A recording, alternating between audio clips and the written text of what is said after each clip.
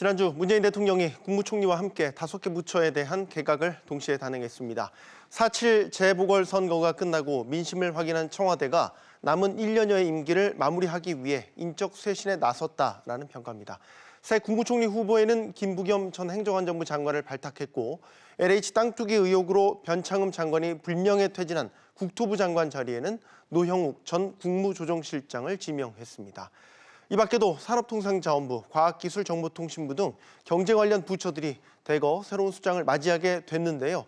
경제정책을 중심으로 이번 개각의 의미 짚어보도록 하겠습니다. 참 좋은 경제연구소 이인철 소장 나오셨습니다. 안녕하십니까? 네, 안녕하세요. 일단 이번 개각 전반적으로 어떻게 평가하시는지부터 의견을 여쭙겠습니다. 그렇습니다. 대통령의 국정 지지율이 최저예요. 30%까지 추락을 했습니다. 네.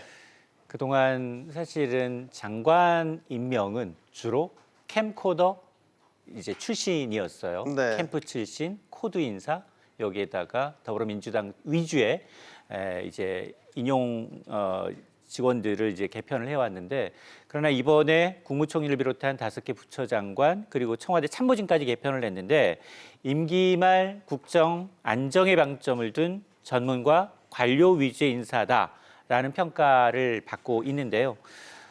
우선 주로 그동안 이제 김부겸 이 국무총리 후보자는 TK 출신입니다. 네. 이전 정세균 총리가 호남 출신이었다는 것을 이제 감안해서 지역 균형, 전국 안전에 방점을 둔 인사다라는 평가를 내릴 수도 있고, 그리고 4대 부처 장관 가운데서도 전문 관료들, 기재부 출신의 노영욱 이제 전 국무조정실장을 네. 이제 국토부 장관에 내정한 것이라든가, 그리고 여성을 안배했어요. 과기부 장관에는.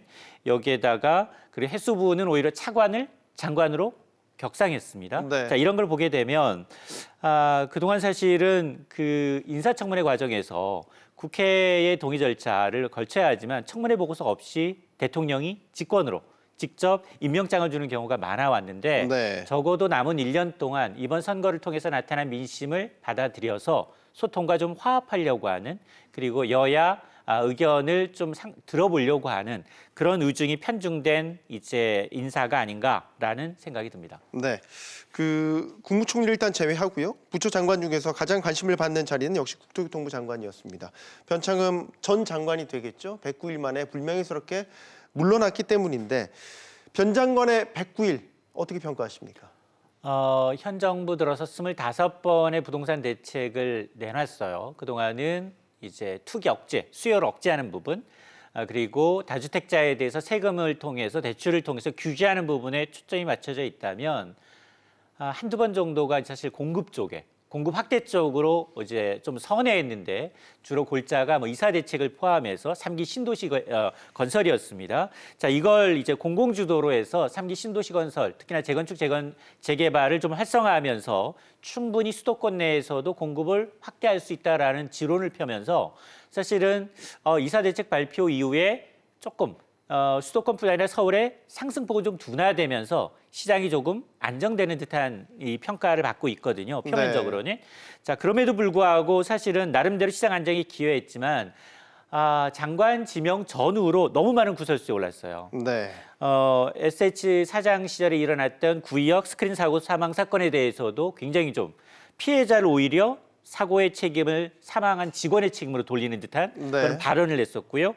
또 이번에 이제 이 LH 사태와 관련해서도 사실은 LH 사태가 일어난, 투기가 일어난 것과 관련해서 또 대해서도 약간 해명성 얘기긴 합니다만, 직원들이 개발 정보를 미리 한 것도 아니고 그걸 통해서 이익 볼 것이 없다라면서 좀 대변하고 좀 항변하는 듯한 모습을 보였거든요. 네. 자, 이런 것들이 사실은 투기 의혹을 받고 있는 LH 직원들의 절반 이상이 자신이 LH 사장 시절에 재직 중에 나타난 투기였다는 걸 감안하면 굉장히 부적절했고, 이 때문에 결국 이제 사의를 표명했고, 그동안 이제 정부가 추진하고 있는 정책의 일관성상에서 수리는 안 됐습니다만 어쨌든 시한부로 이제 유임시켜 왔는데 109일 만에 이제 불명예 퇴진하게 됐는데, 문제는 뭐냐?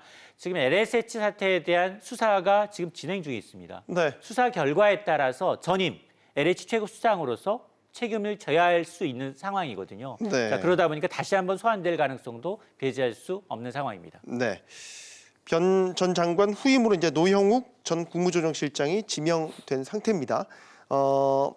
아무래도 기재부 출신이고 예산통이라는 평가가 많이 있더군요. 전체적인 정책은 계승이 이루어질 것인데 어쨌든 지금의 혼란을 수습해야 되는 의무도 있을 것 같고 앞으로 노 후보자가 풀어야 될 숙제가 있다면 뭐라고 보십니까? 그렇습니다.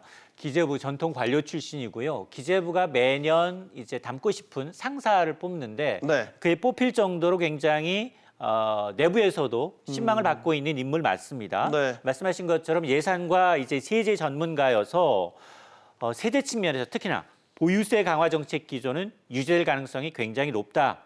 그리고 주택 공급, 현재 추진 중인 주택 공급 확대 정책은 차질 없이 진행하겠다. 이 두 가지를 표방을 하고 있습니다. 그런데 다만 기재부 전통 관료 출신이다 보니 부동산과 관련한 실무 경험이 좀 없다. 전문성이 좀 결여돼 있는 게 아니냐라는 평가가 나오고 있어요. 뭐 이런 지적에 대해서 기재부 내에서도 예산과 세제 업무를 맡으면서 국토부 관련한 업무를 했었고 진행을 했었기 때문에 네.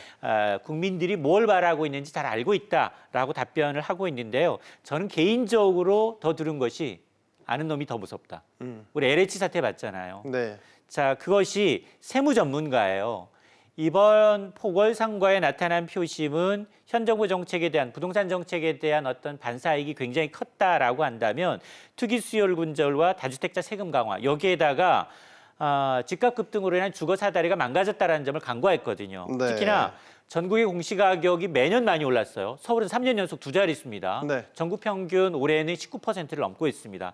이런 것들이 세금 인상이 주로 보유세나 이런 주택 재산세뿐만이 아니라 건보료와 같은 60여 가지 복지 세금에 이루어졌기 때문에 이런 것을 좀 간과한 게 아닌가라는 생각이 드는데 근데 현재 국가 재정의 씀씀이를 보게 되면 뭐 1년 내에 100조 원 이상의 적자를 내야 되는 상황이거든요. 그러다 보면 세금을 가장 잘하는 세금 묶을 부분은 사실은 증세지만 증세할 수 없는 상황이다 보니 네. 지금 갖춰져 있는 부동산 세제 골격은 그대로 유지할 가능성이 굉장히 높거든요. 물론 이제 당 차원에서 내지는 당정청사원에서 뭐 보유세를 인하한다든가 아니면 종부세 부담을 낮춰준다든가 여러 가지 색이 나오겠지만 결국은 이 민감한 세금 문제에 대해서 굉장히 기재부가 강경 입장, 기재부 입장을 고수하게 된다면 굉장히 불협화음이 나올 수도 있는 부분이어서 이걸 어떻게 좀 풀어나갈지 주목이 됩니다. 네, 지금 상당히 중요한 시점인 게 재보궐선거 패배 이후에 부동산 정책에 대한 민심이 확인됐다. 그래서 여당 내에서도 뭔가 궤도 수정이 필요하다라는 인식이 있고 실제 회의가 지금 이뤄지고 특위도 만들어지지 않습니까?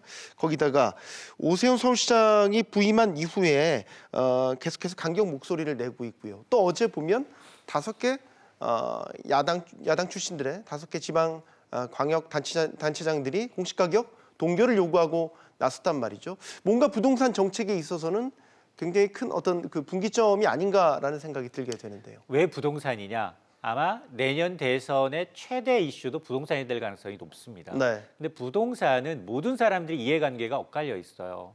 무주택자는 새집 사기가 굉장히 부담스러워졌죠. 그리고 1주택자는 지금 자녀 교육 때문에 이사를 하거나 집을 넓혀가야 되는데 지금 규제 때문에 넓혀갈 수 있는 상황이 아닙니다. 그리고 다주택자는 그동안은 임대사업자로 등록을 하게 되면 다양한 특혜를 준다라고 해서 등록을 했더니 이 혜택이 사라졌어요. 그러다 보니 모든 사람들이 이 부동산에 대해서 대부분 불만을 갖고 있는데 자, 그 와중에 서울시 부산세 수장이 바뀌었고요. 그리고 올해 나타난 공시가격 인상, 두 자릿수 인상에 대한 이 민원 제기가 4만여 건이 넘어요. 네. 불과 4년 전에 30배 이상 늘었습니다. 그러다 보니까 일부 지자체, 구 단위에서 공시가격 오히려 공시가격 산정 자체를 이제 지자체로 넘겨라라는 주장에서부터 아예 올해는 좀 깎아주자라는 여러 가지 얘기가 나오고 있습니다. 이 부분에 대해서 지금 어제 비밀리에 당정청이 고위 회담을 한 것으로 알고 있습니다. 네. 과연 어느 정도 민심에 부응하는 어떤 세금 인하 법안이 나올지 일회성으로 그냥 깎아주는 것에 그칠지 아니면서 1주택자이면서 소득이 없는 연고가 없는 분들한테 대해서 한해서 국한돼서 세금을 인하할지 여부는 좀 지켜봐야 되겠지만 어쨌든 지금 오세훈 지금 서울시장이 내세우고 있는 민간 재건축 재개발을 통해서 오히려 공급을 늘리겠다라는 거는 사실 장단점이 있어요. 단기적으로 시장 불안이 있을 수밖에 없습니다. 네. 지금 보면 압구정 그리고 한강변 이제부터 시작을 해서 용산 그리고 목동과 같은 이런 데서 들썩거리고 있거든요. 고가에 굉장히 휘발성이 강한 지역이 지금 굉장히 화끈 뭐 하루 이틀 사이에 억 단위로 올렸다라는 얘기가 나오고 있기 때문에 속도 조절에 나설 필요성이 좀 있어 보이고 네. 또 지금 뭐 시위에부터 이제 굉장히 거대 여를 대상으로 해서 법을 바꿔야 되는 것들이 굉장히 많습니다. 뭐 용적률부터 시작을 해서 층수 제한 그리고 고도 제한부터 시작을 해서 여러 가지 세금 이슈까지 논의를 해야 되는데 그 여를 과연 어떻게 또 오세훈 시장이 상대적으로 이제 입지가 약한데도 불구하고 이런 걸 이게 좀 정가시켜서 이런 걸 풀어나갈지 여부를 좀 지켜봐야겠습니다. 네, 마지막 질문을 드려야 될 것 같습니다.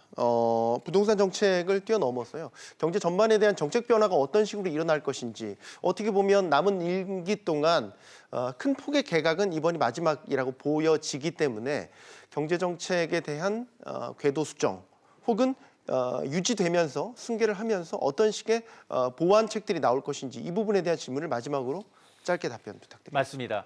지금 어차피 민심에서 드러난 그런 그 민심 위반을 어느 정도 수습하는 게 필요하고요. 그리고 앞서 5개 부처였지만 지금 사실은 정세균 총리 후임으로 임시직으로 지금 홍남기 경제부총리도 교체 대상이지만 잠시 네. 지금 맡고 있는 상황이기 때문에 아마 대응하기 위해서 그 기간이 끝나면 홍남기 경제부총리 그리고 뭐 은성수 금융위원장부터 시작을 해서 일부 부처의 개각은 있을 수 있습니다. 그러나 남은 1년 동안의 개각의 초점은 뭐냐?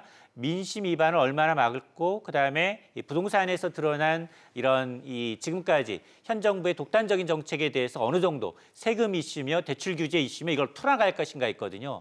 특히나 20, 30대의 경우에는 워낙에 현 정부에 대한 반대 감정이 굉장히 골이 깊어졌거든요. 네. 젊은 층을 대상으로 해서 지금 일자리 문제가 굉장히 심각하고요. 여기에다가 자산 시장의 이제 불평등으로 인해서 이로 인한 이제 빈부격차가 더 심화되고 있다라는 걸 감안하게 되면 과연 현 정부의 이제 정책 그리고 정책이 일자리를 어느 정도 연결될지 여부를 좀 지켜봐야 되겠고 사실은 지금 문재인 대통령이 청와대에 입성하면서 가장 먼저 했던 게 일자리 상황판이에요. 네. 그럼에도 불구하고 지금 일자리가 좋아지고는 있습니다만 정부 재정을 통한 60대 이상의 일자리만 만들어지고 있지 실제로 민간 기업의 일자리 만들어지고 있지 않거든요. 자, 이런 걸 과연 어떻게 풀어나갈지가 남은 1년의 새 개각과 그리고 이제 현 정부가 이제 초점을 맞춰야 될 경제 정책이라는 생각이 듭니다. 알겠습니다. 오늘 말씀 여기까지 듣겠습니다. 참 좋은 경제연구소 이인철 소장이었습니다. 감사합니다.